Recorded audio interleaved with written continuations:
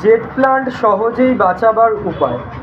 আমরা সবাই jet plant বাড়িতে লাগাতে পছন্দ করি, কিন্তু জেট প্লান্ট লাগাবার কিছুদিন পর থেকেই দেখা যায় সেটার পাতাগুলো ঝরে যাচ্ছে এবং গাছটা ঠিকঠাক হচ্ছে না।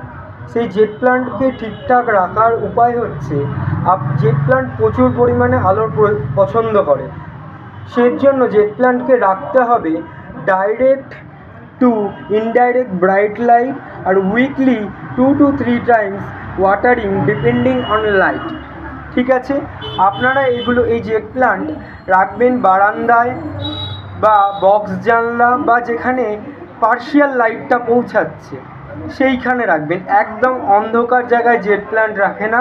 তার জন্য আরও বিভিন্ন রকম ইনডোর প্লান্ট আছে, যেমন জিজি প্লান্ট, স্নেক প্লান্ট, এইগুলো রাখে হচ্ছে অন্ধকার জায়গায়।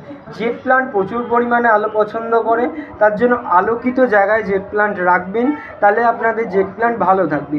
এবং জলটা প্রত্যেক দিন প্রচুর পরিমাণে জল দিলে জেট প্লান্ট পচে নষ্ট হয়ে যাবে। তার জন্য জেট প্লান্টকে জল দেবেন সপ্তাহে 2 থেকে 3 বার জল দেবেন। এইভাবে জেট প্লান্ট করলে অনেক দিনই বাঁচাতে পারবেন। আর একটা, জেট প্লান্টকে কী খেতে দেবেন? জেট প্লান্টকে আপনারা স্টিম বোন মিল বা বোনডাস দিতে পারেন, এবং তার সাথে বায়োভিটা এক্স গুলে আপনারা স্প্রে করতে পারেন। আর গাছগুলো অবশ্যই যেন ইনডাইরেক্ট ব্রাইট সানলাইটে থাকে যখন খাবার দেবেন, তাহলে জেট প্ল্যান্ট বাঁচাতে হবে। একদম অন্ধকার রুমে জেট প্ল্যান্ট রাখবেন না, তাতে জেট প্ল্যান্ট আপনার সারভাইভ করবে না।